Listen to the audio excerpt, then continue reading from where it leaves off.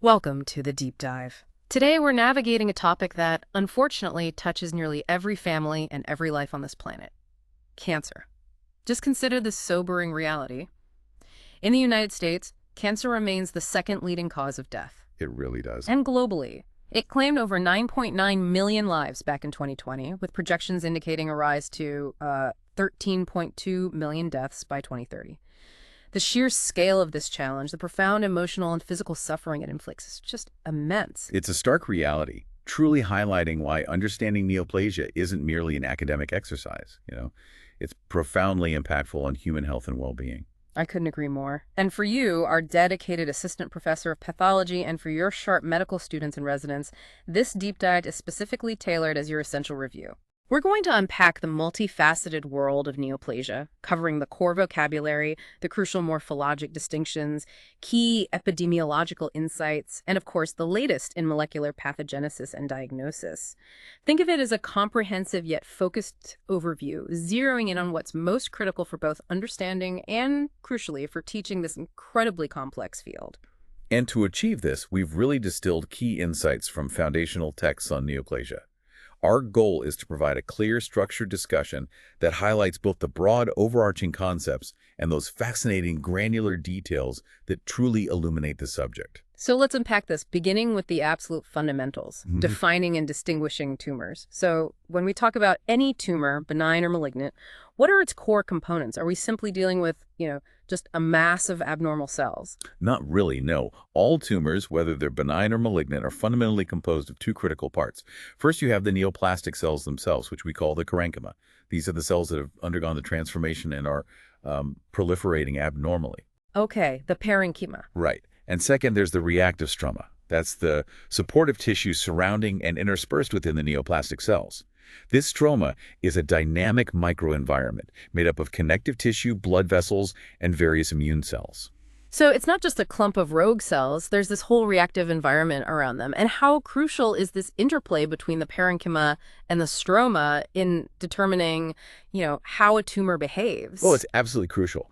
While we classify tumors and assess their fundamental biological behavior primarily based on the characteristics of the parenchymal cells, what type of cell has gone rogue, the growth and spread of the tumor are critically dependent on that reactive stroma. Really? Dependent? Critically dependent. The stroma provides the necessary blood supply, the structural support, even the chemical signals that allow the neoplastic cells to proliferate, to invade, and ultimately to metastasize.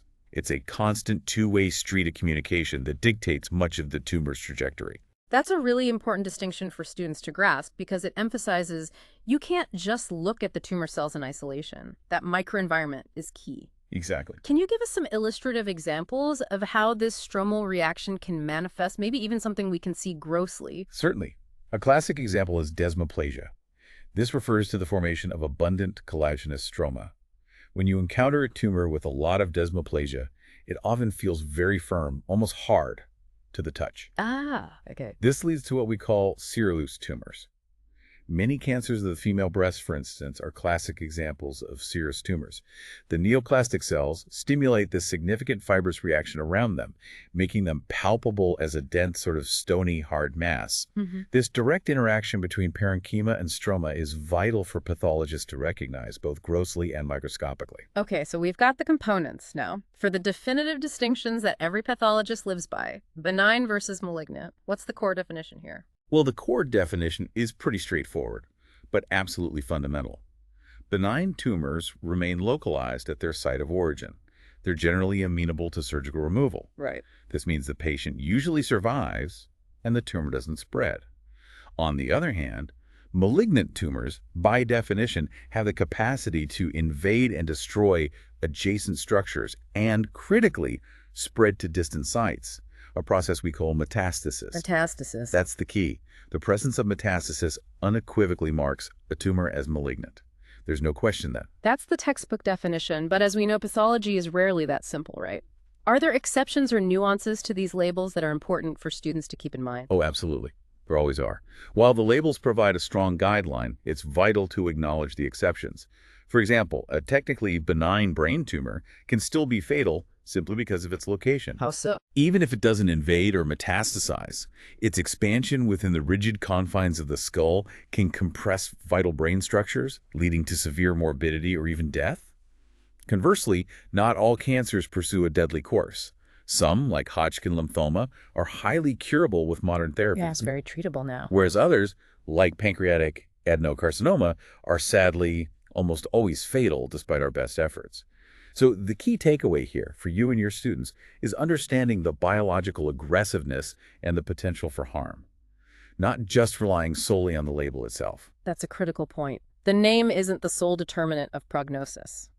So let's move on to the language of tumors, the naming conventions, which can sometimes feel like learning a whole new language for new learners. It can feel that way, yeah. How do we typically name benign tumors, particularly those with an epithelial origin? Okay, so for benign tumors of mesenchymal origin, that's connective tissue, muscle, bone, that sort of thing, naming is generally simple. We just add the suffix oma to the cell type, fibroma from fibrous tissue, chondroma from cartilage. Easy enough. For benign epithelial tumors, it gets a bit more nuanced. An adenoma refers to benign epithelial neoplasms derived from glandular tissues, even if they don't form obvious glandular structures microscopically. Ah, okay, even if no glands are obvious. Right. Then a papilloma describes these finger-like or warty projections you see rising from epithelial surfaces. And a polyp, it's a more general term for any neoplasm, benign or malignant actually, that produces a grossly visible projection above a mucosal surface, like you'd see in the colon or stomach. Got it. And if that polyp contains glandular tissue, it's specifically an adenomatous polyp.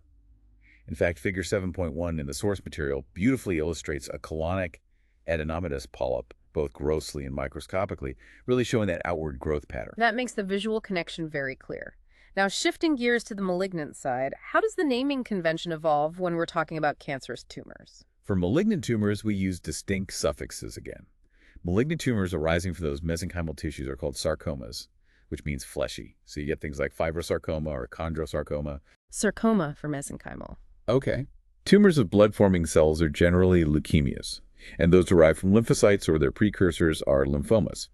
The big, broad category for malignant epithelial neoplasms is carcinomas. Carcinomas for epithelial. Exactly. And these are further qualified by the resemblance. A squamous cell carcinoma if the cells resemble stratified squamous epithelium, or an adenocarcinoma if they grow in a glandular pattern. And we often add the tissue or organ of origin, like renal cell adenocarcinoma. It's also worth noting, maybe for completeness, that in about 2% of cases, cancers are so undifferentiated that their origin is unknown. We just call those undifferentiated malignant neoplasms. Okay, with that essential vocabulary in hand, we can now really unpack the microscopic features that guide pathologists in identifying these tumors. This is really where the rubber meets the road, isn't it? Where you truly differentiate. Indeed. This is where pathologists develop that keen eye. One of the primary indicators microscopically is differentiation. Benign tumors are generally well differentiated. That means their cells closely resemble the normal cells of the tissue they originated from. Think of it as a near-perfect replica, just more of it, maintaining many functional characteristics. But with malignant tumors, that resemblance starts to break down, doesn't it? Precisely. Malignant tumors often exhibit anaplasia. That literally means to form backward, or, more simply, a lack of differentiation. And this exists on a spectrum. A spectrum. Yeah, you can have well-differentiated cancers that might appear deceptively normal, their malignant nature only revealed by invasion or metastasis. But then you move towards poorly differentiated or highly anaplastic tumors, and that appearance, that lack of resemblance to normal, is highly predictive of aggressive behavior. And what are the specific cytologic features that really scream anaplasia at a pathologist looking down the microscope? I know there are a few key ones that students absolutely need to commit to memory. There are, and they're vividly illustrated in figure 7.8 in the source. First, pleomorphism. That's significant variation in cell size and shape. The cells won't be uniform. They can range from small, undifferentiated cells to massive tumor giant cells with these huge polymorphic, really dark nuclei, hyperchromatic nuclei. And those are different from inflammatory giant cells. Oh, very different. Crucial distinction. Tumor giant cells come from the neoplastic cells. Inflammatory giant cells are derived from macrophages. Completely different origin and significance. Okay, what else? Next, we look for abnormal nuclear morphology. Cancer cells have disproportionately large nuclei. The nuclear cytoplasmic ratio, the NC ratio, approaches 1.1, whereas normally it's maybe 1.4 or 1.6. The nuclei themselves are often irregular in shape, with coarse, clumped, dark chromatin, that's the hyperchromatic part, and often very prominent nucleoli. Got it. Big, dark, irregular nuclei. Exactly. Then there's mitosis. It's not just that there are more mitotic figures reflecting a high proliferation rate, although that's often true. The key thing is the presence of atypical, bizarre mitotic figures. While normal tissues, like the gut lining, have lots of mitosis, these abnormal forms of cell division, like tripolar or multipolar spindles, as you can see in Figure 7.6, are a strong sign of malignancy. Okay. Abnormal cell division. Right. Finally, loss of polarity.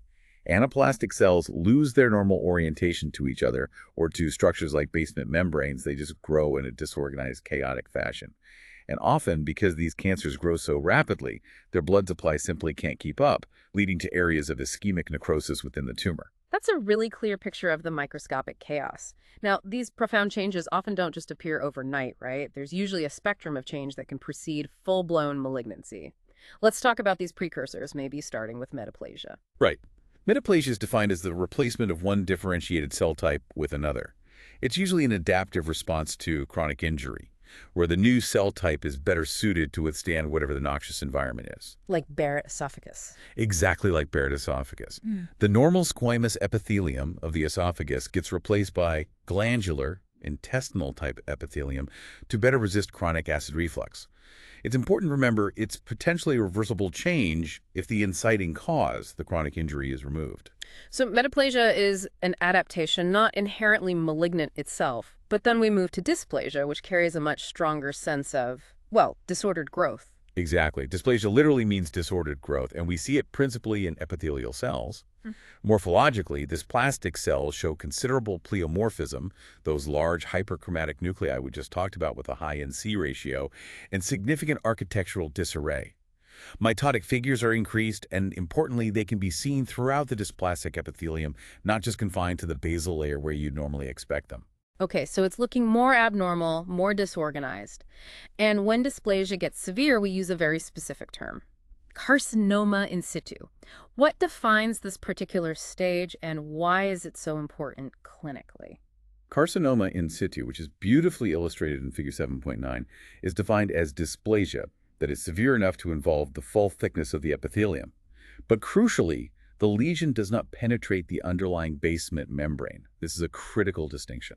Why is that basement membrane so critical? Because breaching it means invasion. Carcinoma in situ lesions, which we find in places like the skin, breast ducts, bladder, uterine cervix, they display all the cytologic features of malignancy, the anaplasia, the mitosis, everything. And unless they're treated, they have a high probability of progression to invasive cancer. So if it hasn't broken through that basement membrane, why isn't it technically considered invasive cancer yet? And what's the nuance here? Is progression always inevitable from dysplasia or CIS? That's the key nuance, exactly. While carcinoma in situ exhibits all the cytologic hallmarks of malignancy, it's not invasive because it hasn't breached that critical barrier, the basement membrane. Without breaching that membrane, it lacks the capacity for metastasis. Okay. However, and this is important, progression to cancer is not inevitable. Dysplastic changes, especially the milder or moderate ones, can be completely reversible if the inciting causes are removed.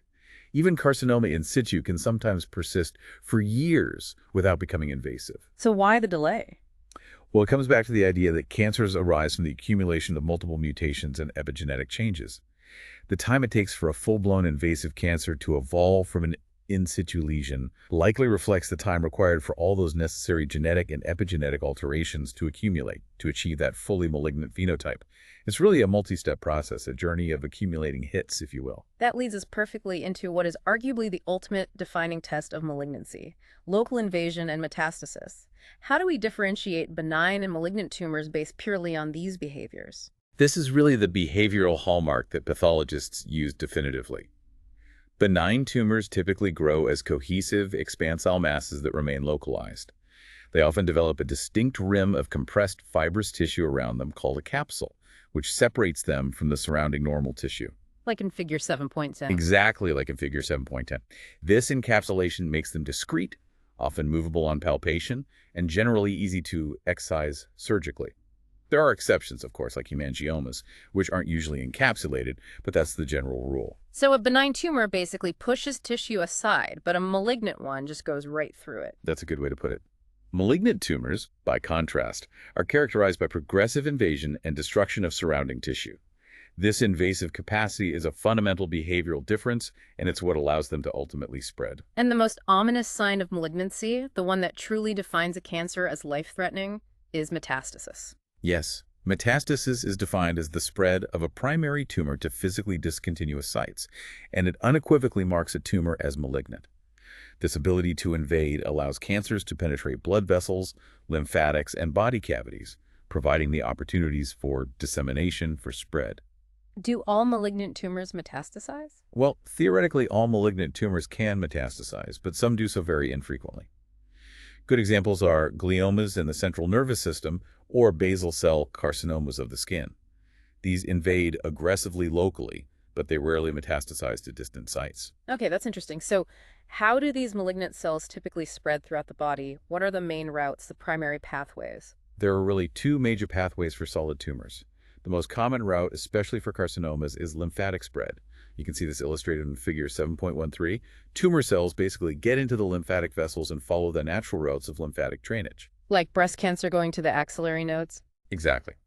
Breast carcinomas typically metastasize first to the axillary lymph nodes. Lung cancers often go to the hilar nodes first. Sometimes you see skip metastasis, where it bypasses the first node, but lymphatic spread is very common for carcinomas. The other major route is hematogenous spread, meaning through the bloodstream.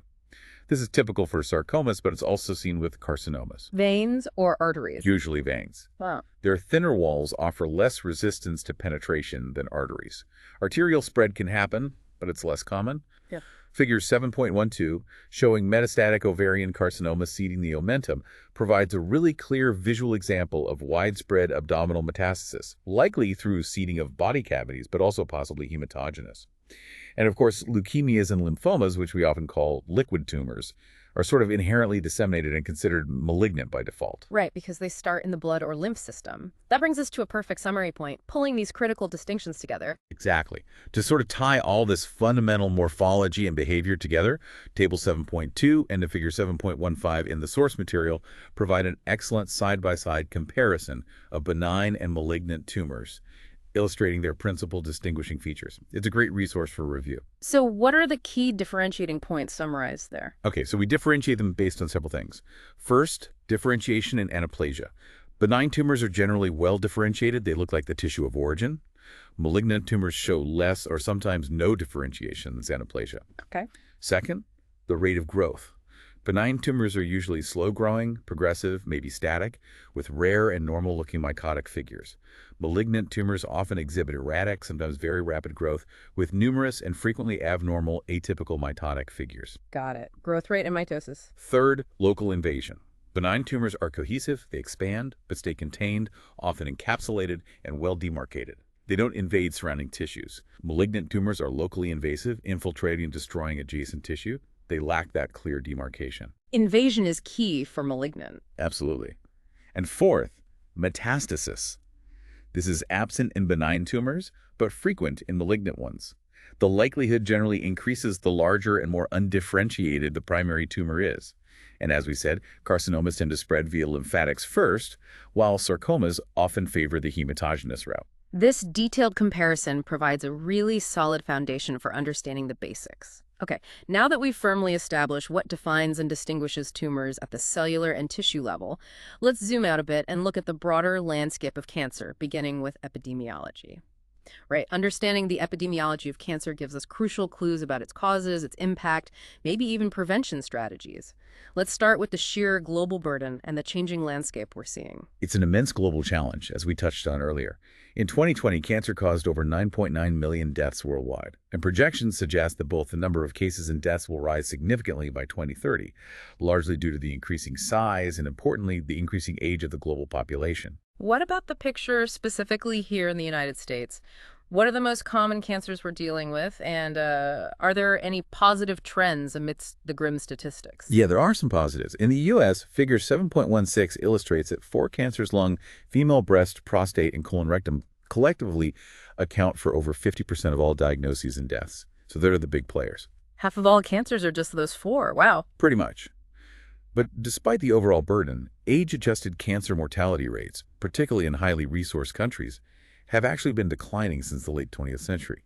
Since the 1990s, we've seen about a 20% drop for males and 10% for females. What's driving that decline? It's largely attributable to two main factors: decreased tobacco use, which directly leads to fewer lung cancer deaths, and significantly improved detection methods and treatments for colorectal, breast, and prostate cancers. This really underscores the impact of public health initiatives like smoking cessation and medical advancements in screening and therapy. These trends immediately suggest environmental factors are hugely important. What's the evidence pointing to environmental influences being the dominant drivers of most cancers rather than just inherited genetics? The evidence is really compelling. You see it in longitudinal changes in cancer incidence that track environmental habits.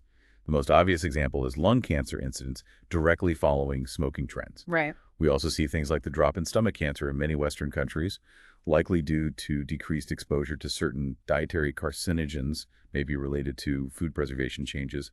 Conversely, we're seeing a rise in liver cancer linked to factors like hepatitis B and C and obesity. And the geographic variations. That's another huge piece of evidence. The wide geographic variation in cancer incidence, which is depicted nicely in figure 7.17, strongly supports environmental factors being dominant. For instance, prostate cancer is very common in the U.S., while liver or stomach cancers might top the list in parts of Asia or Africa. Breast cancer rates are much higher in high-resource countries compared to low-resource ones. While genetics obviously plays a role in individual susceptibility, these stark geographic differences strongly suggest that environmental factors, lifestyle, diet, infections, exposures, these are critical drivers. Can you give us some specific, maybe prominent examples of established environmental carcinogens that our pathology students should definitely be aware of? Perhaps something with an interesting detail. Absolutely. Let's see, asbestos is a classic, notorious for causing lung carcinomas and especially mesothelioma, that really aggressive cancer of the pleura or peritoneum. What's striking is its long latency period. People exposed decades ago in shipbuilding or construction are still developing mesothelioma today. Decades later, wow. Yeah. Another important one, maybe less known outside specific industries, is benzene. It's a component of light oil used in various industrial processes, and it's a known cause of acute myeloid leukemia, AML. And for something maybe more ubiquitous in certain regions, aflatoxin B1. This is a natural contaminant produced by Aspergillus mold that can grow on grains and nuts, especially if stored improperly in warm, humid climates. It's strongly linked to hepatocellular carcinoma, liver cancer, and it causes a very specific characteristic mutation in the TP53 gene, a GC to TA transversion, at codon 249. It leaves a literal molecular fingerprint. A specific fingerprint from moldy peanuts, essentially. Pretty much. And for future clinicians, understanding these links, arsenic in drinking water and skin lung cancer, radon gas exposure in lung cancer, vinyl chloride in hepatic angiosarcoma, the list goes on. Table 7.0 has many understanding of these is absolutely critical for patient history taking, for education, prevention strategies, and risk assessment. Definitely. Now, age is another critical factor we mentioned. How does age influence cancer risk, both in adults and, sadly, in children? Age has a really profound influence, but in different ways. In adults, cancer incidence dramatically increases with age. This is largely explained by the accumulation of somatic mutations over a lifetime. Just more time for cells to acquire those critical hits we talked about. Plus, there's likely a decline in immune competence, what we call immune senescence, which might make older individuals less efficient at eliminating transformed cells. So, more time for mutations, weaker surveillance. Makes sense. But sadly, it's not just an adult disease. Children are also affected. Tragically, no. Cancer is actually the second leading cause of death in children younger than 15 in the U.S., second only to accidents. It accounts for about 10% of all deaths in that age group. That's heartbreaking. How are childhood cancers different from adult ones? They are distinctly different in many ways. Pediatric cancers are far more likely to be caused by inherited germline mutations, often in tumor suppressor genes. They're much less likely to result from environmental carcinogen exposure, simply because children haven't had the same duration of exposure as adults. So genetics plays a bigger role early on. Often, yes. And this is reflected in the types of cancers we see. Carcinomas, the most common cancers in adults arising from epithelial tissues, are actually very rare in children. Instead, the most common childhood cancers are neoplasms of the central nervous system, and acute leukemias. Together, those account for about 60% of childhood cancer deaths. We also see a category often referred to as small, round, blue cell tumors, which includes things like neuroblastoma, Wilms tumor of the kidney, retinoblastoma, acute lymphoblastic leukemia, ALL, and rhabdomyosarcoma. Very different landscape than adult cancers. So age really shapes the type and likely cause of the disease. Now, beyond direct carcinogen exposure or inherited mutations, there are other conditions that seem to predispose individuals to cancer, almost like creating a fertile soil for malignant transformation. Let's dig into those acquired predisposing conditions. That's a great way to put it, fertile soil. Mm. These conditions generally fall into three categories: chronic inflammatory disorders, specific precursor lesions, and immunodeficiency states. The overarching mechanism linking many of them is that increased cellular replication creates that fertile soil for mutations. How so? Basically, repeated cell division, which is often part of chronic inflammation or responding to tissue injury, means more opportunities for errors to occur during DNA replication. So the more cells divide, the higher the statistical chance that a somatic mutation, maybe even a cancer-driving mutation, will arise and potentially accumulate. So inflammation itself isn't cancer, but it definitely sets the stage. How does chronic inflammation specifically contribute? Right. Chronic inflammatory processes, think of conditions like inflammatory bowel disease, Crohn's, ulcerative colitis, or chronic viral hepatitis, HBV, HCV, or even chronic reflux leading to Barrett esophagus. These conditions involve persistent tissue injury and repair cycles. This continuously stimulates cell division. That persistent proliferation directly increases the risk of somatic mutations simply because DNA replication isn't a perfectly error-free process. Makes sense. More copying, more chance of typos. What about precursor lesions? We touched on hyperplasia, metaplasia, and dysplasia earlier as part of the spectrum. Exactly. Precursor lesions are defined by specific localized morphologic changes that identify an area of tissue, usually epithelium, that's at increased risk for malignant transformation down the line. We talked about dysplasia and carcinoma in situ. Hyperplasia, an increase in the number of cells, can also be a precursor in some contexts, like endometrial hyperplasia driven by unopposed estrogen increasing the risk for endometrial cancer. Metaplasia, like Barrett's, carries an increased risk. A classic and clinically important example of a precursor lesion defined by its high risk is the colonic villus adenoma. How high risk? Some studies suggest about a 50% chance of progressing to invasive colorectal cancer if it's left untreated. That's a very significant risk. But it's really crucial to emphasize, especially for students, that most benign tumors have a negligible risk of malignant transformation. Think of common things like uterine leiomyomas, fibroids, or lipomas. They rarely, if ever, become cancerous, perhaps because they lack the underlying genomic instability seen in precursor lesions that do progress. That's a key practical point. And finally, the third category, immunodeficiency states. Patients who are immunodeficient, particularly those with deficits in T-cell immunity, like individuals with advanced HIV/AIDS or transplant recipients on immunosuppressants, are at an increased risk for certain types of cancers, especially those caused by oncogenic viruses. Why is that? A weakened immune system, particularly the T-cell arm, which is critical for recognizing and killing abnormal cells, is less able to eliminate virus-infected cells or nascent tumor cells that might be displaying abnormal antigens on their surface. So viruses like EBV or HPV get more of a foothold, and early transformed cells might escape immune surveillance. This leads to higher rates of things like virus-associated lymphomas, some carcinomas like cervical or anal cancer linked to HPV, and even some sarcomas like Kaposi sarcoma linked to HHV8. So we have environmental factors, age, these acquired conditions acting as fertile soil. But what about our inherent genetic makeup? How do genetics and environment really play together in this complex dance of cancer development? It truly is a complex dance, and understanding this interaction is key. In some families, as we mentioned, there are clear hereditary cancer syndromes.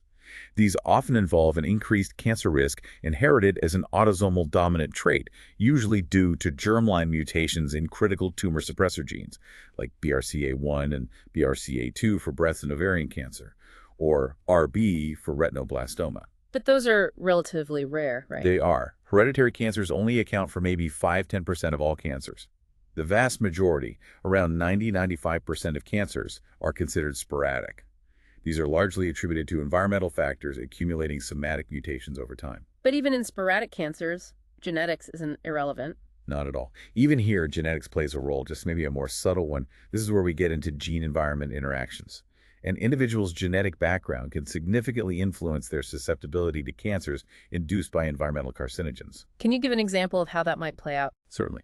A prime example involves enzymes that metabolize potential carcinogens, like the cytochrome P450 system in the liver. Genetic variants, polymorphisms in these enzymes are common in the population. Some variants might make the enzyme more active in converting a procarcinogen, an inactive substance, into its ultimate DNA-damaging carcinogenic form. Or another variant might make the enzyme less efficient at detoxifying a carcinogen. So depending on your P450 genes. Exactly. Depending on your specific genetic variants, your personal risk from a given exposure, like smoking, could be higher or lower than someone else's with the same exposure but different genes. For instance, a common variant in one of the P450 genes, CYP1A1, has been linked to increased susceptibility to smoking-induced lung cancer in some populations.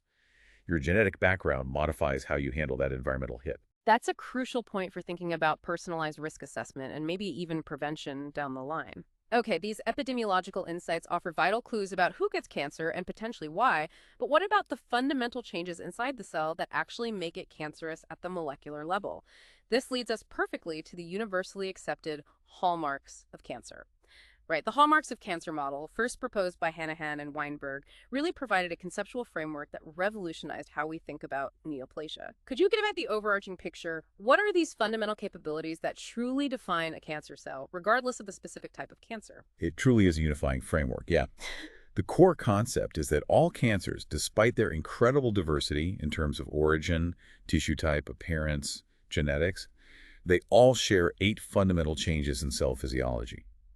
These changes are the acquired capabilities that allow them to thrive and grow malignantly. And these capabilities are imparted by a wide array of different genomic and epigenomic alterations. So it's not usually a single defect, but rather a constellation of acquired capabilities that define a cancer cell and allow it to outcompete normal cells. 8 fundamental changes. What are they? Can you list them out for us? Sure, they are. 1. Self-sufficiency and growth signals. Basically, the ability to proliferate without needing normal external stimuli, like having the gas pedal stuck down.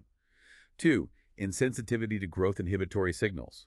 Ignoring the normal stop signals from tumor suppressor pathways, the brakes don't work. 3. Altered cellular metabolism.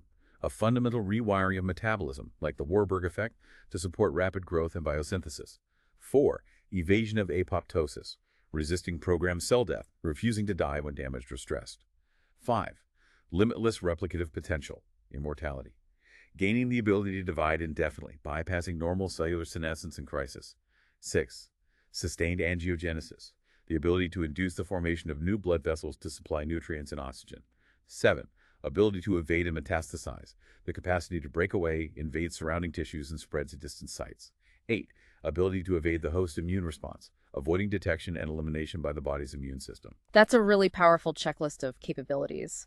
Let's maybe dive into the first few in a bit more detail, starting with that unregulated cell proliferation, the gas pedal stuck down analogy, and the critical role of oncogenes. Can you clarify the terms proto-oncogenes, oncogenes, and oncoproteins? Okay, so proto-oncogenes are normal cellular genes whose protein products promote cell proliferation. They're essential for normal growth and development, acting like the accelerator pedal, but under tight regulation. Oncogenes, on the other hand, are mutated or overexpressed versions of these proto-oncogenes. They function autonomously, meaning they've lost their dependence on normal growth-promoting signals and are constitutively active. So they're always on. Exactly. They're driving proliferation constantly. And an oncoprotein is simply the protein encoded by an oncogene. These oncoproteins are what actually execute the function, driving increased cancer cell proliferation, often by mimicking normal growth signaling or interfering with growth control. The key insight here, maybe for your students, isn't necessarily memorizing every single gene, but recognizing that these examples, these different oncogenes we'll touch on, they illustrate how oncogene activation, regardless of the specific protein involved, ultimately pushes that gas pedal on cell proliferation. This often happens through constitutive, unregulated kinase activity, which is why so many successful targeted cancer therapies are kinase inhibitors. Right, they target that always-on switch. Can you provide a few key examples of these oncogenes that are particularly high yield, maybe ones students are likely to encounter clinically or on exams, perhaps with their relevance? Certainly. Let's pick a few from Table 7.5 in the source. A huge one is the RES family, CRIAS, HRAS, and RAS. Point mutations in RES genes are incredibly common, found in maybe 30% of all human tumors, including a large fraction of colon, lung, and pancreatic cancers. Mutated RES proteins get stuck in an active GDP-bound state, constantly telling the cell to grow. These have historically been very challenging targets for drug development, though that's starting to change. Then there are growth factor receptors. ERBB1, also known as EGFR, is often affected by point mutations in a subset of lung adenocarcinomas. These mutations lead to its constitutive activation, making these tumors exquisitely sensitive to specific EGFR tyrosine kinase inhibitors. Another related one is ERBB2, better known as AR2. Gene amplification leads to dramatic overexpression of the AR2 receptor protein on the surface of some breast carcinomas and other cancers. This drives proliferation and, importantly, makes these tumors responsive to AR2 targeting antibodies like trastuzumab, Herceptin. That was a landmark in targeted therapy. Maybe one more. MYC. This encodes a nuclear regulatory protein, a transcription factor. It gets activated in various ways, often by translocation, famously in Burkitt lymphoma, where it's placed under the control of an immunoglobulin gene promoter. You can see the translocation in figure 7.45. MYC is a master transcriptional regulator with widespread effects. It upregulates cell cycle genes like cyclins, drives protein synthesis, reprograms metabolism towards the Warburg effect, helps maintain telomeres, and even promotes stemness. It's a really potent oncogene. So that covers the gas pedal side, driving uncontrolled growth. Now let's flip to the other side. Insensitivity to growth inhibition, essentially the failure of the brakes, driven by the loss of function in tumor suppressor genes. Right. The products of most tumor suppressor genes normally act as negative regulators of cell proliferation. They put the brakes on the cell cycle, often in response to signals like DNA damage or cellular stress. So, loss of their function through mutation or deletion removes these crucial checkpoints, leading to excessive, uncontrolled growth. They're part of a critical regulatory network that also often induces senescence or apoptosis if damage is too severe. What are the two most critical sort of cornerstone tumor suppressor genes that students absolutely must know, the ones that come up again and again? Without a doubt, the two most prominent players are RB, the retinoblastoma gene, and TP53. RB and P53. Exactly. For RB, the retinoblastoma gene, it's the classic example illustrating Knudsen's two-hit hypothesis. You need to inactivate both copies of the gene, 2 hits for the cancer, retinoblastoma in this case, to develop. People with the hereditary form inherit one bad copy, so they only need one more somatic hit. People with the sporadic form need 2 independent somatic hits in the same cell. RB's main job is to act as a gatekeeper for the G1S transition in the cell cycle, basically keeping cells in G1 phase until it's appropriate to divide. So it controls entry into DNA replication and TP53. TP53 is often called the guardian of the genome. It's a transcription factor that gets activated in response to various cellular stresses, especially DNA damage. Activated P53 can halt the cell cycle to allow for DNA repair, or if the damage is irreparable, it triggers apoptosis-programmed cell death. So loss of P53 function, which is one of the most common genetic alterations across all human cancers, prevents this crucial apoptotic response to DNA damage. This allows cells with damaged DNA to survive and proliferate, accumulating more mutations, and it also confers resistance to many cancer therapies that work by inducing DNA damage. The guardian is gone, essentially. Are there other key tumor suppressors worth mentioning briefly? Definitely. The CDK inhibitors, like P16, encoded by CDKN2A, are frequently mutated or silenced in many cancers, melanoma, pancreatic, lung, etc. They work with RB to enforce the G1 checkpoint. Another really important one, particularly relevant for invasion, is E-cadherin, encoded by CDH1. E-cadherin is crucial for cell adhesion at epithelial tissues. Loss of its function loosens these connections, allowing cells to detach and become more invasive, promoting metastasis. Germline mutations in CDH1 cause hereditary diffuse gastric cancer, and it's also lost in many sporadic gastric and other carcinomas. Fascinating how interconnected all these pathways are. Growth signals, brakes, adhesion. Next, let's talk about a hallmark that often surprises people outside the field. This idea of altered cellular metabolism, often referred to as the Warburg effect. Right. The Warburg effect, or more accurately termed aerobic glycolysis, is a really fundamental metabolic shift seen in most cancer cells. Otto Warburg first observed this back in the 1920s. Essentially, cancer cells switch their primary mode of glucose metabolism.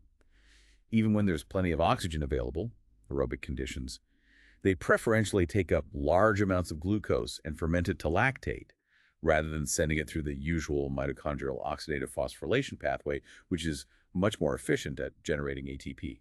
That seems counterintuitive, right? Less efficient ATP production, why would they do that? It does seem counterintuitive if you only think about ATP, but the primary purpose of this switch, we now believe, is not just ATP generation. It's about shunting those carbon metabolites from glucose into various anabolic pathways. By converting glucose to lactate, they free up intermediates that can be used as building blocks for synthesizing the things a rapidly dividing cell needs: lots of nucleotides for DNA replication, amino acids for proteins, lipids for membranes. Ah, so it's about building materials, not just energy. Exactly. It supports rapid biomass accumulation needed for proliferation. And mitochondria still play a role, providing other key intermediates for the Krebs cycle. It's also worth noting that many cancer cells become highly dependent on other nutrients too, like the amino acid glutamine, to fuel these pathways. And is this metabolic switch linked to the oncogenes and tumor suppressors we just discussed? Absolutely. Many oncogenes, including those driven by mutated growth factor receptors, RAS, and especially MYC, actively induce the expression of enzymes involved in glycolysis and the Warburg effect. Conversely, tumor suppressors like PTN, NF1, and importantly P53 tend to oppose this metabolic reprogramming. So the genetic changes driving cancer often directly rewire metabolism as well. There are other metabolic alterations too, like changes in autophagy and the production of oncometabolites from mutated enzymes like IDH, but the Warburg effect is the most central concept. So it's not just uncontrolled growth, but a complete metabolic rewiring optimized to support that rapid growth.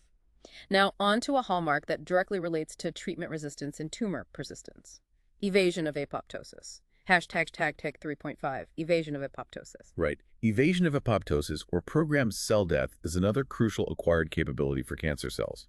Normal cells undergo apoptosis in response to various stresses, like DNA damage, oncogene activation, or loss of survival signals. Cancer cells have to find ways around this. How do they do it? One primary mechanism we've already touched on is the loss of TP53 function. Since P53 is a key trigger for apoptosis in response to DNA damage, losing it prevents this death signal. This not only allows damaged cells to survive, but also confers resistance to many genotoxic cancer therapies like radiation and chemotherapy.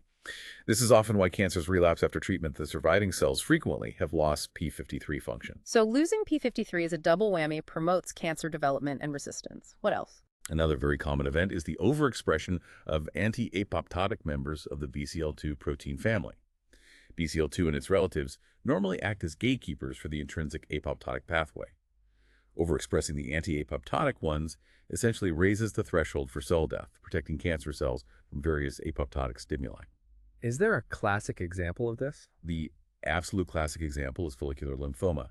Most cases have a specific chromosomal translocation, T1418, that fuses the BCL2 gene to an immunoglobulin heavy chain gene locus. This leads to massive overexpression of the BCL2 protein in those B cells.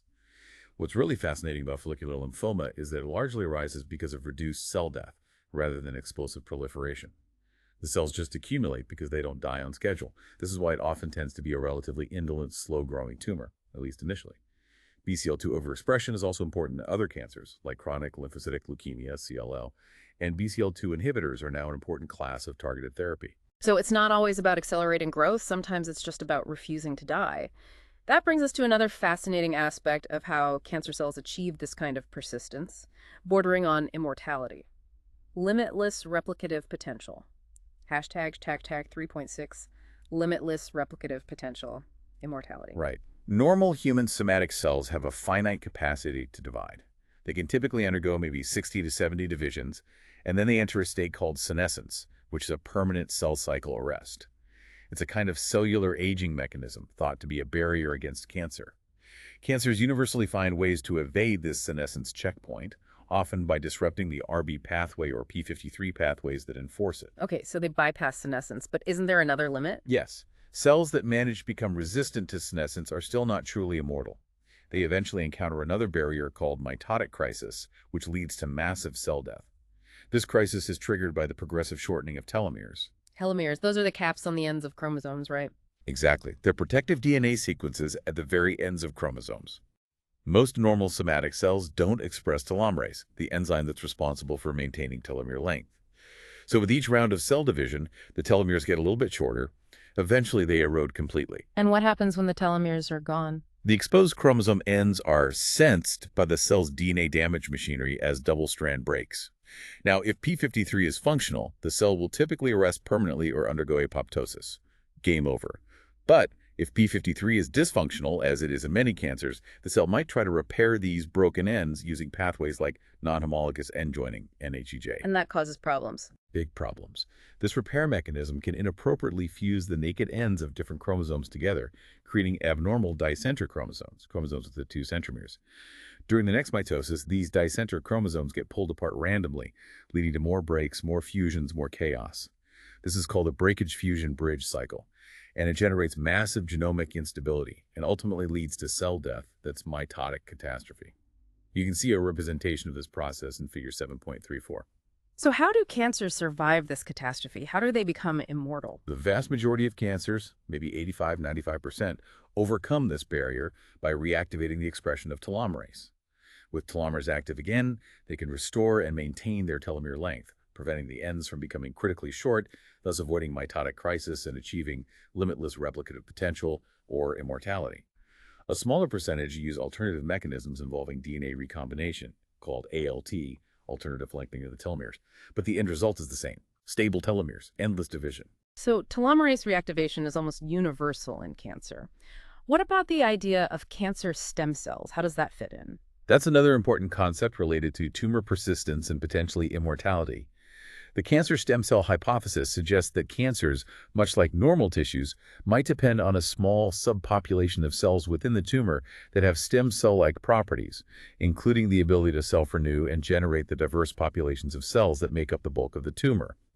It's hypothesized that these cancer stem cells might be intrinsically more resistant to conventional therapies, perhaps because they divide less frequently or express drug efflux pumps like MDR1. If true, this could explain why some treatments initially shrink tumors but fail to eradicate them completely, leading to relapse driven by surviving cancer stem cells. It's still an area of active research and some debate, but it influences how we think about therapy resistance and tumor hierarchy. So putting it all together, cancer isn't usually about a single rogue cell suddenly acquiring all these abilities. It's more like an accumulation of profound systemic changes within the cell lineage. This leads us naturally to the concept of multi-step carcinogenesis. Exactly. The underlying concept, supported by decades of epidemiologic, experimental, and now molecular studies, is that cancers result from the stepwise accumulation of multiple mutations and also epigenetic alterations that act in complementary ways to produce a fully malignant tumor. It's essentially a process of Darwinian evolution occurring at the cellular level within our bodies. Survival of the fittest, or perhaps the nastiest cells. You could put it that way, yes. Cells that acquire mutation giving them a growth or survival advantage will clonally expand. Within that expanded clone, another cell might acquire a second advantageous mutation, leading to further expansion, and so on. Over time, through this iterative process of mutation, selection, and clonal expansion, cells gradually acquire the full complement of cancer hallmarks. And we can see evidence of this accumulation. Absolutely.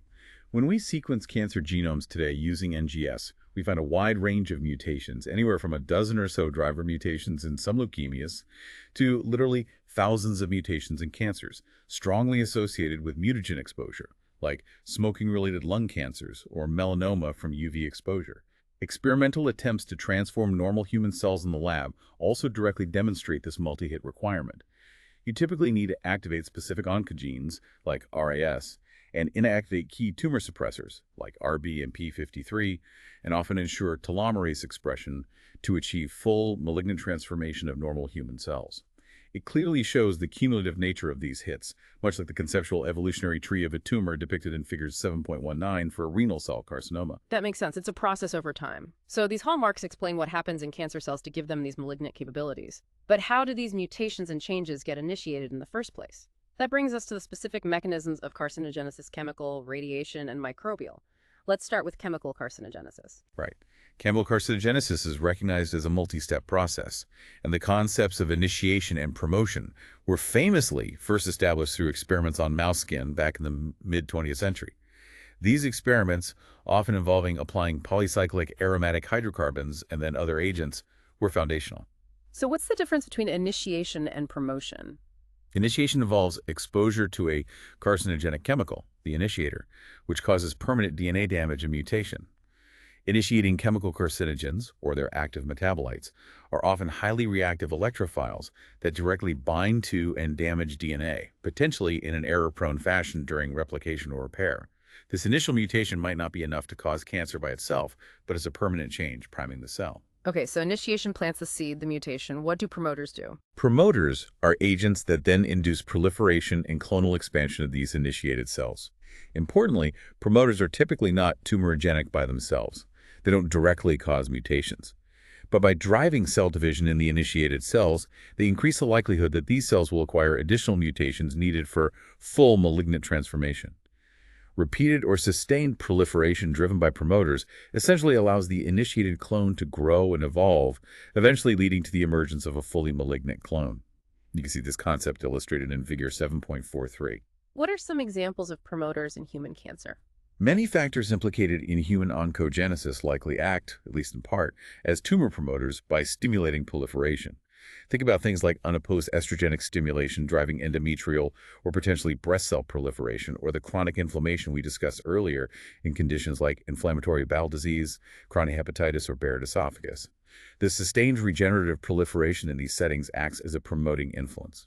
Okay, now what about the chemical carcinogens themselves? Are there different types? Yes, we broadly classify them into two groups. Direct-acting carcinogens don't require any metabolic conversion in the body to become active. They're inherently reactive enough to damage DNA directly. Many of these are actually relatively weak carcinogens, but this category includes some important examples like certain anti-cancer alkylating agents used in chemotherapy. Ironically, these drugs can sometimes cause secondary cancers, like therapy-related acute myeloid leukemia years later, because they are direct-acting mutagens. So the treatment itself can be a direct carcinogen. What's the other group? The other, much larger group consists of indirect-acting carcinogens, also called procarcinogens. These chemicals are not active in their native form, but require metabolic conversion within the body, usually by enzymes like the cytochrome P450-dependent monoxygenases, primarily in the liver, to become the ultimate carcinogens that actually damage DNA. Many well-known carcinogens fall into this category. Polycyclic aromatic hydrocarbons, like benzoylpyrene, found in fossil fuels, charred grilled meats, and crucially, in cigarette smoke. Aromatic amines and azo dyes, historically associated with bladder cancer and workers in the aniline dye and rubber industries. Aflatoxin B1, which we mentioned earlier, the list is long. And this is where genetic susceptibility comes in again. Exactly, because conversion of procarcinogens often relies on enzymes like the P450 system. Genetic polymorphisms in these enzymes can significantly influence an individual's susceptibility. Some variants might metabolize a procarcinogen more rapidly or produce more of the ultimate carcinogen, increasing risk. Others might be better at detoxifying it, decreasing risk. And these carcinogens leave tracks in the DNA. They often do. As we mentioned with aflatoxin, some carcinogens have preferred DNA targets or cause specific types of mutations, creating characteristic mutational signatures and the resulting cancers. For instance, smoking-associated lung cancers tend to have a much higher overall mutational burden, maybe 10 times higher, than non-smoker lung cancers, and they exhibit specific patterns of mutations linked to the chemicals in tobacco smoke. Identifying these signatures can sometimes even point back to the causative exposure. Other carcinogens to be aware of include things like vinyl chloride, hepatic angiosarcoma, arsenic, nickel, chromium, lung cancer, insecticides, fungicides, PCBs, and nitrates used in food preservation, which can form carcinogenic nitrosamines in the gut. That's a really comprehensive overview of the chemical side. But chemicals aren't the only environmental mutagens. Radiant energy also plays a significant role in carcinogenesis. Let's discuss radiation carcinogenesis next. Right. Both forms of radiant energy, ultraviolet, UV rays from sunlight, and ionizing radiation, like X-rays, gamma rays, or particles from radioactive decay, are well established as mutagenic and carcinogenic. Let's start with UV light. How does sunlight cause cancer, typically skin cancer? The component of sunlight primarily responsible is UVB radiation. UVB is carcinogenic because it's readily absorbed by DNA and causes the formation of specific types of damage, most notably pyrimidine dimers. This usually involves adjacent thymine or cytosine bases on the same DNA strand becoming covalently cross-linked. And that distorts the DNA. Yes, it distorts the DNA helix and interferes with normal replication and transcription. Cells have repair mechanisms, specifically the nucleotide excision repair (NER) pathway, to fix these pyrimidine dimers. However, with excessive sun exposure, the repair capacity can be overwhelmed.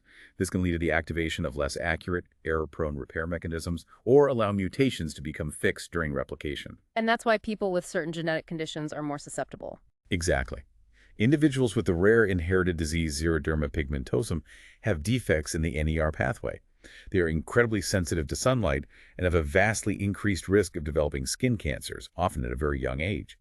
This tragically highlights the importance of DNA repair in preventing UV-induced carcinogenesis.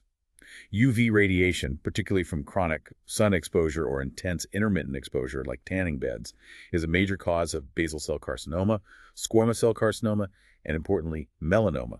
Melanomas often carry a characteristic mutational signature indicative of UV-induced pyrimidine dimer damage. Okay, so that's UV. What about ionizing radiation? That seems like a different beast entirely in terms of the damage it causes. It is. Ionizing radiation has much higher energy than UV light and causes a wider range of more severe DNA damage, including single-stranded breaks, double-stranded DNA breaks, which are particularly difficult to repair accurately, and DNA cross-linkages. It's a potent mutagen and carcinogen. And the evidence for this is pretty strong. Overwhelmingly strong, unfortunately. Historically, early pioneers working with X-rays and radium often developed skin cancers on their hands. Miners exposed to radioactive elements underground had dramatically higher rates of lung cancers. And perhaps most starkly, studies of survivors of the atomic bombs dropped on Hiroshima and Nagasaki showed clear dose-dependent increases in the incidence of various cancers, starting with leukemias within a few years, followed later by solid tumors like breast, colon, thyroid, and lung cancer. That's sobering. Is there a modern concern about ionizing radiation exposure? Yes, there is ongoing concern, particularly regarding medical exposures, especially in children. While diagnostic X-rays generally involve low doses, computed tomography, CT scans, deliver significantly higher doses. Several large epidemiologic studies have now shown that children who received multiple CT scans have a small but statistically significant increased risk of developing leukemia or brain tumors later in life, maybe around a 3-fold increased risk with multiple scans compared to unexposed children. So even medical imaging isn't risk-free. While the absolute risk for any individual child is still very low, and CT scans can be clinically essential, these findings underscore the critical need to apply the Al-Rao principle, as low as reasonably achievable.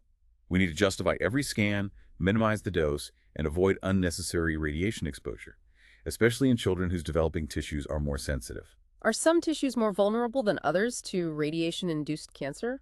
Yes, there seems to be a hierarchy of vulnerability. Myeloid leukemias tend to appear relatively quickly after high-dose exposure. Thyroid cancer, particularly in young people, is also quite susceptible. Breast, lung, and salivary glands are considered intermediate in sensitivity. Interestingly, some tissues like skin, bone, and the GI tract seem relatively resistant to developing neoplasia from radiation, despite being quite sensitive to its acute cell-killing effects. But the general principle holds. Practically any cell type in the body can potentially be transformed into a cancer cell by sufficient exposure to ionizing radiation. That's a really powerful reminder of the risks. Now, beyond chemicals and radiation, we also know that certain microbes, viruses, and even bacteria can be oncogenic. Let's talk about the role they play. Right, oncogenic microbes are another fascinating and important area of carcinogenesis, accounting for a significant fraction of human cancers worldwide, especially certain types. We can broadly divide them into RNA viruses and DNA viruses, plus one notable bacterium. Let's start with the RNA virus example. The main example in humans is human T-cell leukemia virus type 1, HTLV1. This retrovirus is endemic in certain parts of the world, like Japan, the Caribbean Basin, and parts of Africa. It causes a specific type of T-cell cancer called adult T-cell leukemia lymphoma, ATLL.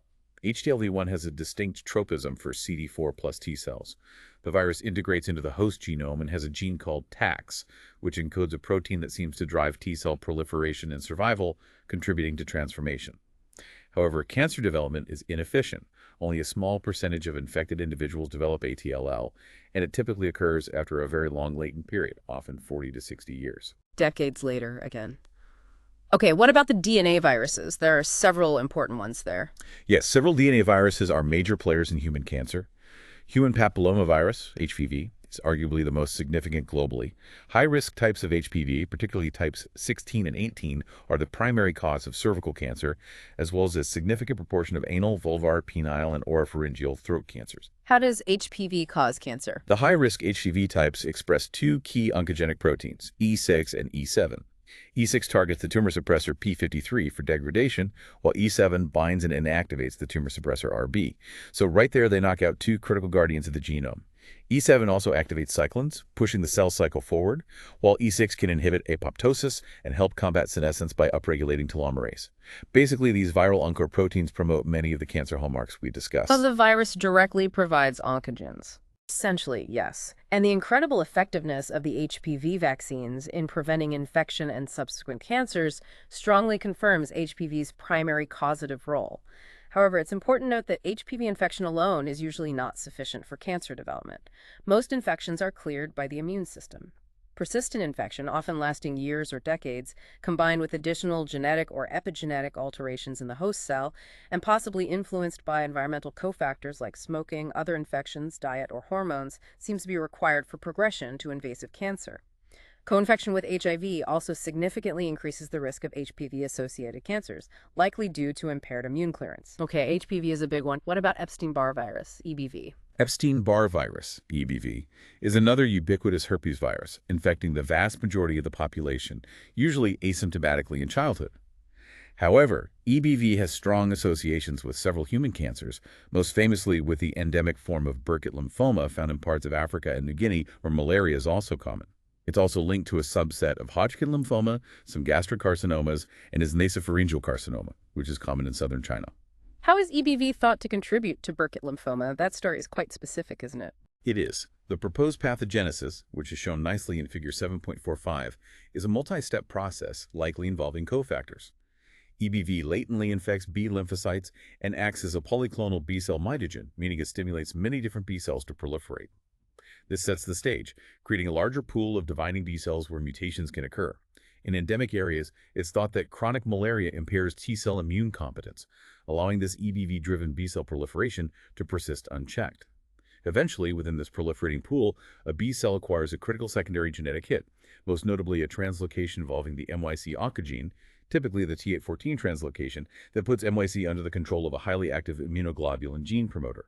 This drives rampant proliferation, leading to Burkitt lymphoma. So EBV primes the cells malaria might impair immunity, but the MYC translocation seems to be the crucial transforming event. Fascinating interplay. And the hepatitis viruses. Hepatitis B virus, HBV, and hepatitis C virus, HCV, are strongly linked to hepatocellular carcinoma, HCC, or primary liver cancer. Together, they account for a large majority of HCC cases worldwide. How do they cause liver cancer? Is it direct viral oncogenes again? The mechanisms are complex and likely multifactorial, differing somewhat between HBV and HCV. A major factor for both is the chronic liver injury and inflammation caused by persistent viral infection. This leads to continuous cycles of hepatocyte death and regeneration, and that compensatory hepatocyte proliferation increases the risk of spontaneous mutations accumulating over time. The activated immune cells responding to the infection also produce growth factors, cytokines, and genotoxic reactive oxygen species, which can further contribute to DNA damage and proliferation. So inflammation is key again. It's definitely a major driver. In addition, HPV has a gene called HBX, whose protein products might directly promote cancer by interfering with p53 and activating growth-promoting signaling pathways.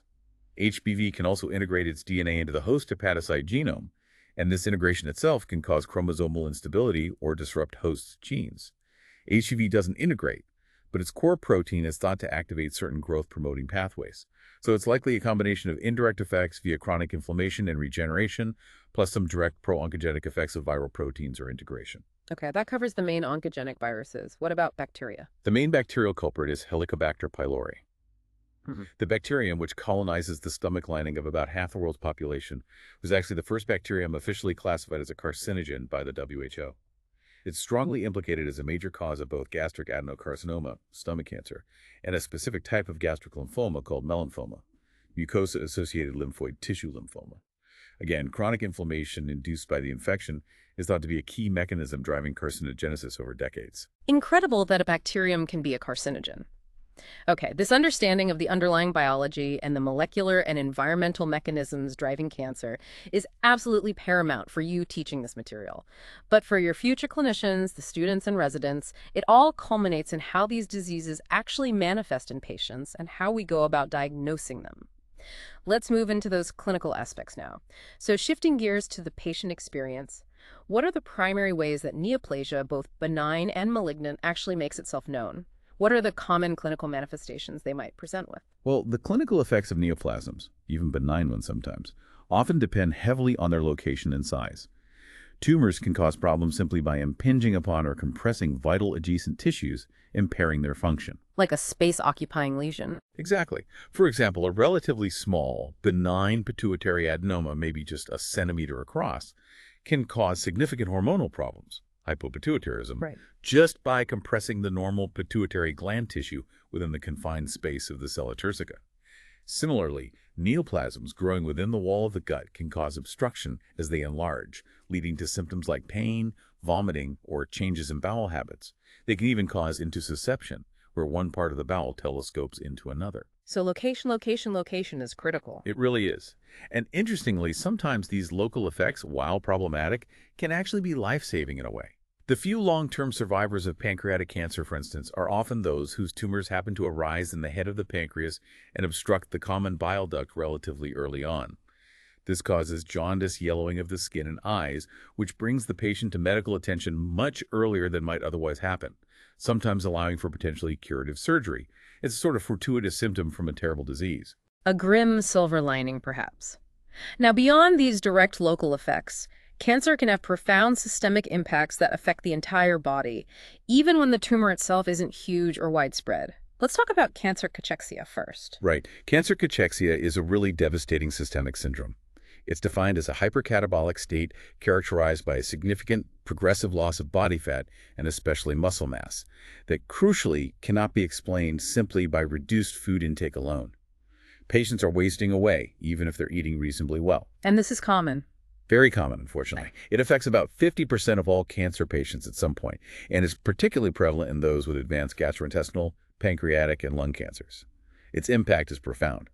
Cachexia is thought to be directly responsible for roughly 30% of all cancer deaths. 30%, just from the wasting itself. Yes.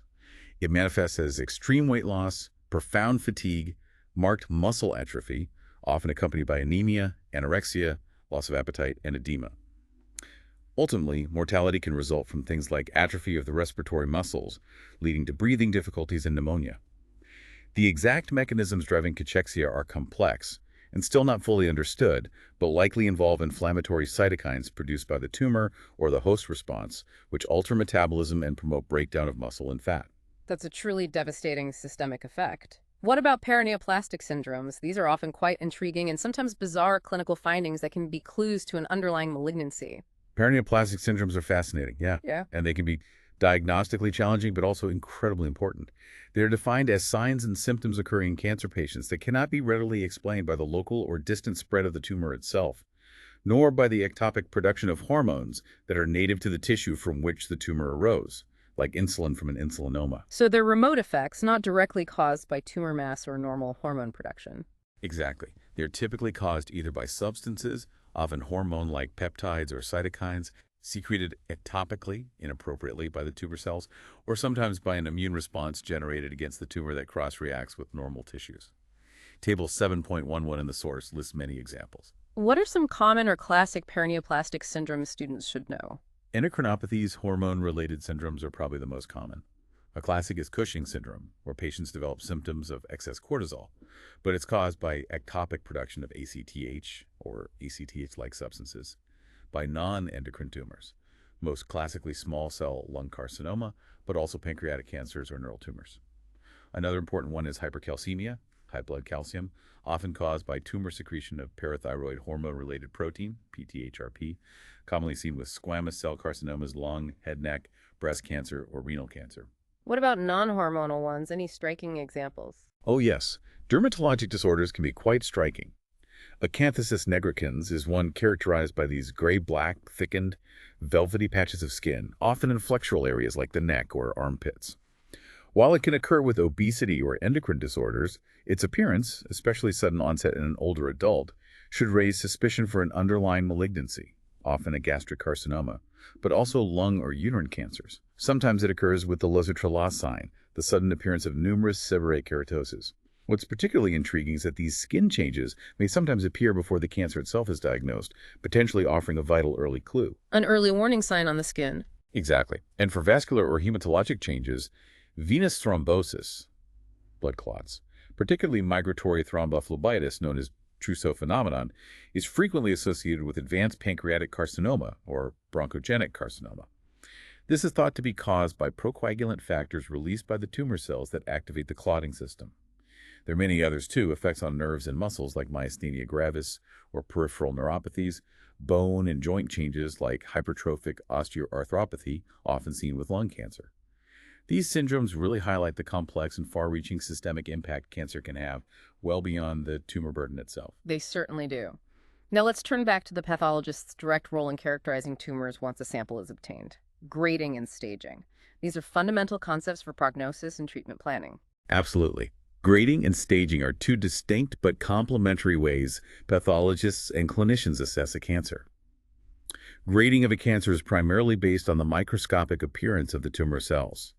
It assesses the degree of differentiation, how much the tumor cells resemble their normal counterparts, and often includes other features like the number of mitoses and architectural patterns. So it's about how abnormal the cells look under the microscope. Essentially, yes. Grading schemes vary quite a bit depending on the specific tumor type, but the general goal is to judge the tumor's biological aggressiveness based on its morphology. We often use descriptive terms like well-differentiated, looks very similar to normal tissue, generally lower grade, better prognosis, moderately differentiated, intermediate appearance, or poorly differentiated or undifferentiated anaplastic, looks very abnormal, little resemblance to normal, generally higher grade, worse prognosis. Okay, so grading reflects the tumor's intrinsic aggressiveness based on appearance. How is staging different? Staging, on the other hand, is focused purely on the anatomic extent of the disease. It assesses how far the cancer has spread physically within the body. Staging of solid cancers is based on three key factors. 1, the size and extent of the primary tumor itself. 2, the extent of spread to regional lymph nodes. 3, the presence or absence of distant metastases. And this is where the TNM system comes in. Exactly. The dominant system used worldwide is the one developed by the American Joint Committee on Cancer, AJCC, which uses the TNM system. T stands for the primary tumor, with categories like T1 to T4 reflecting increasing size or local extent. T0 means no evidence of primary tumor, TIS is carcinoma in situ. N stands for regional lymph node involvement, with N0 meaning no nodal spread, and N1 to N3 indicating increasing number or extent of involved nodes. M stands for distant metastasis, with M0 meaning no distant spread, and M1, or sometimes M2, indicating that metastases are present.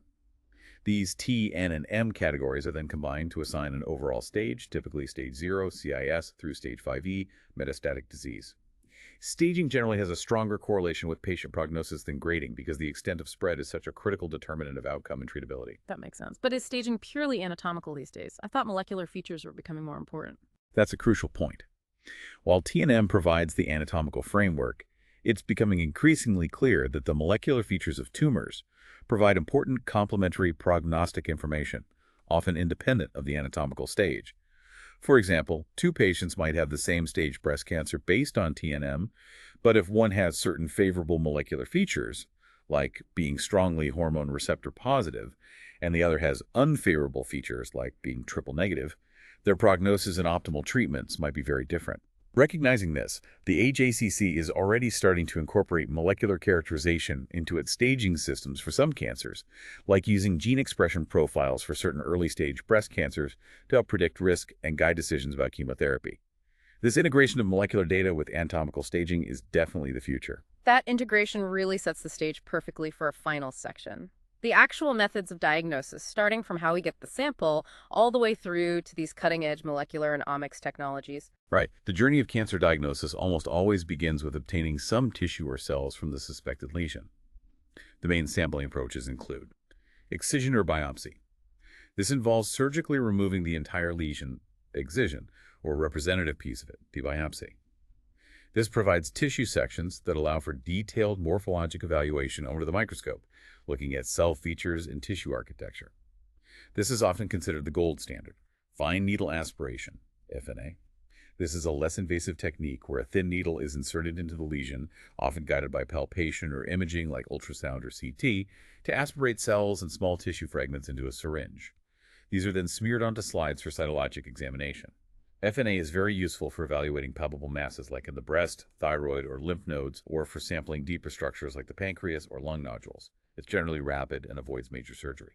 What are the downsides of FNA? The main limitations are the small sample size, which can sometimes lead to sampling error, missing the diagnostic area, and a loss of tissue architecture, which can make certain diagnoses more difficult than on a biopsy. Cytologic smears. This involves examining exfoliated cells, meaning cells that have been shed naturally or scraped from a surface. The classic example is the Papanicolo Pap smear for cervical cancer screening, as shown in Figure 7.46, where cells scraped from the cervix are examined for dysplastic or malignant features like pleomorphism and those large hyperchromatic nuclei.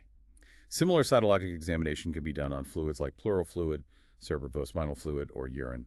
So traditional morphology, looking at cells and tissues under the microscope, is still the absolute foundation.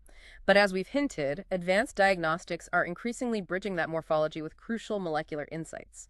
What are the key advanced techniques pathologists use routinely now? Immunohistochemistry, IHC, is arguably one of the most powerful and widely used ancillary techniques. It involves using specific antibodies to detect the presence, abundance, and location of particular proteins within tissue sections, visualized typically as a brown stain. How is IHC used specifically in cancer diagnosis? It has several critical applications. First, it's vital for categorizing undifferentiated tumors.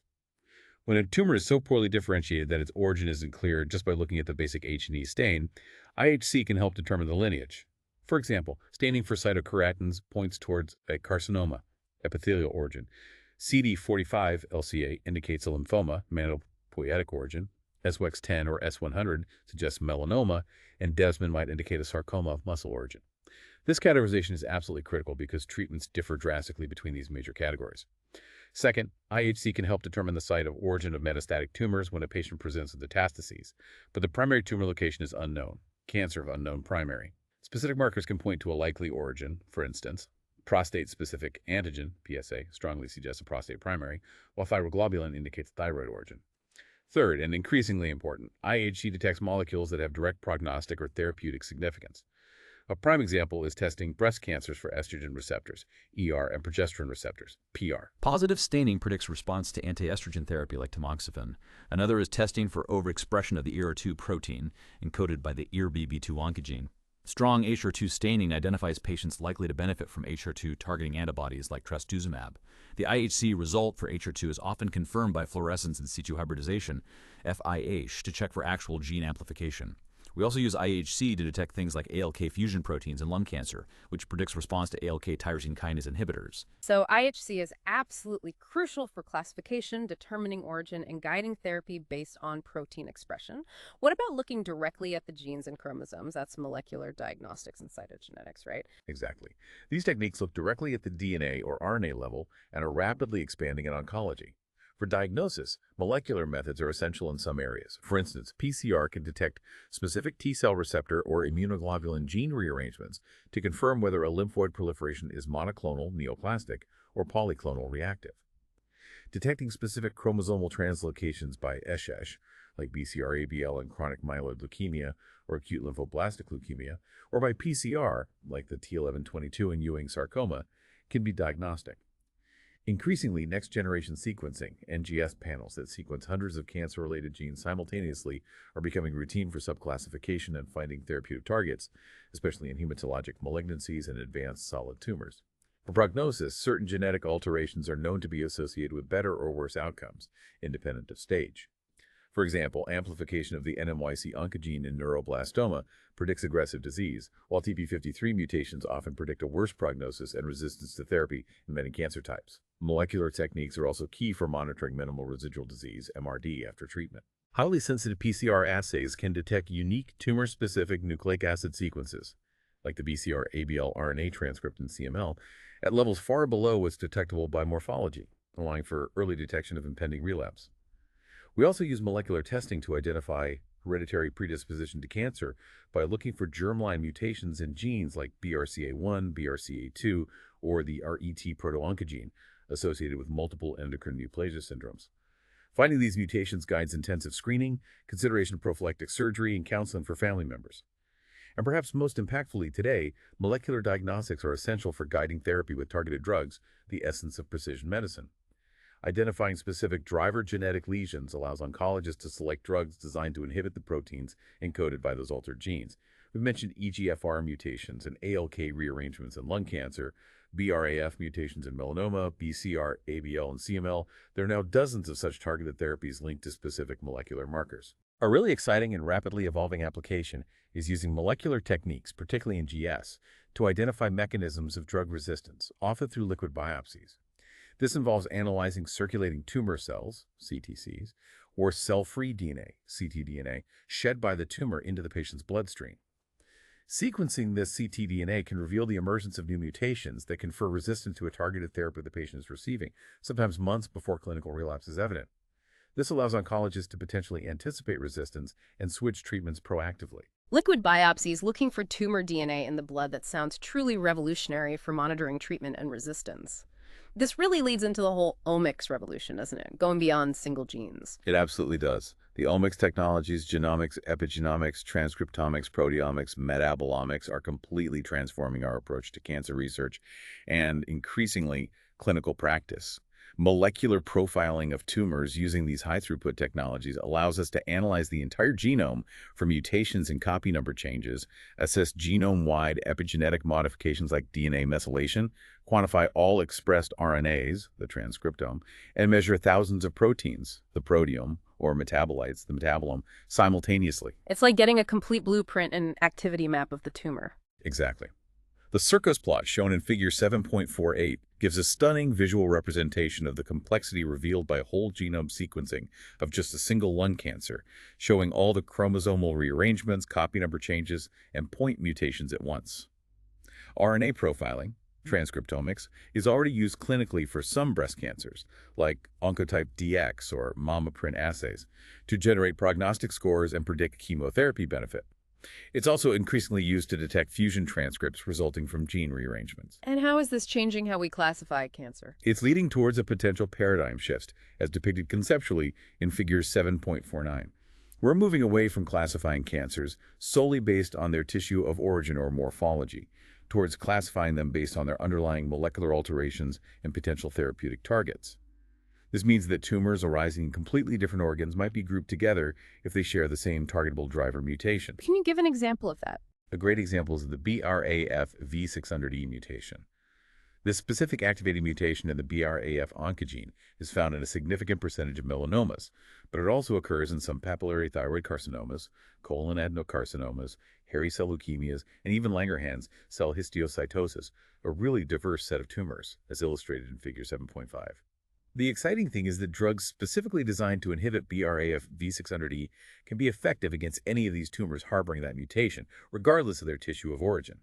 This tumor-agnostic approval based on a molecular marker is a major trend in oncology drug development. That's a fundamental shift. What about the more traditional tumor markers measured in blood? Do they still have a role? Yes, biochemical assays for tumor markers in the blood or other body fluids like PSA for prostate cancer, CEA for colorectal cancer, CA125 for ovarian cancer still have a role, but with caveats. Their sensitivity and specificity are generally too low for them to be reliable for primary cancer diagnosis or screening in the general population, with PSA being a controversial exception. Many non-cancerous conditions can cause levels to rise, and not all cancers produce the marker. However, they can be very useful for monitoring a patient's response to therapy. Levels should fall if treatment is working. And for detecting cancer recurrence during follow-up. A rising level may be the first sign of relapse. Okay, so useful for monitoring, less so for initial diagnosis. Finally, let's touch on a glimpse into the future of the pathologist's daily workflow: digital pathology and AI. Digital pathology represents a really revolutionary shift that's happening right now, with advances in whole-flight imaging scanners, computer storage, and importantly, artificial intelligence. AI. The field is rapidly transitioning from diagnosis based purely on looking through a microscope at glass slides to computer-assisted analysis of high-resolution digitized slides, digital pathology images. How is AI being used here?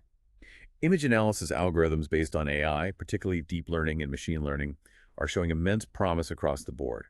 They're being developed to help pathologists improve diagnostic accuracy, e.g., detecting small areas of metastasis in lymph nodes, predict tumor origin based on morphology, automate grading of tumors, quantify staining for IHC markers, measure fibrosis, identify prognostic patterns. The potential applications are vast, As the algorithms get better, trained on larger and larger data sets, computer-assisted interpretation of morphology is highly likely to become a routine part of the pathology workflow, hopefully improving efficiency, reducing variability, and ultimately benefiting both patients and treating physicians. It sounds like an incredibly exciting and maybe slightly daunting time to be in pathology. We've covered a truly vast amount of ground today, from the absolute basic definitions to the most cutting-edge diagnostic and molecular techniques. #tag outro. We really have. We've taken quite a deep dive into the world of neoplasia, starting with how to distinguish benign from malignant at a cellular and tissue level, then zooming out to understand the global impact of cancer and the complex interplay of environmental exposures, genetics, and aging. We explored those fundamental molecular hallmarks that define what makes a cancer cell tick and the intricate mechanisms, chemical, radiation, microbial, that drive carcinogenesis. And we culminated in the really exciting advancements in diagnostic tools, from IHC to NGS to AI.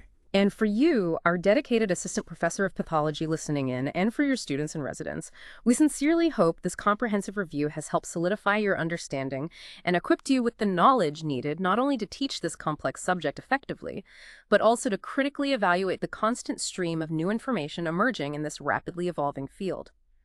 Every detail we've unpacked, from recognizing desmoplasia in a breast biopsy to understanding the significance of a specific mutation like BRAF V600E guiding targeted therapy, all serves to build a more complete, integrated picture for your future clinical practice and research endeavors. So thinking ahead, what does all this mean for the future of pathology practice and education? If the focus of cancer classification is indeed shifting, maybe not entirely away from morphology, but increasingly towards incorporating molecular targets, and if AI is truly poised to revolutionize how we approach the diagnostic interpretation of microscopic images, what new skills, what new perspectives will be most crucial for the next generation of pathologists that you're training? And maybe even more broadly, how might these ongoing technological and conceptual transformations impact our fundamental understanding of disease itself? Keep these questions in mind as you continue your own deep dive into this fascinating, challenging, and incredibly important area of medicine.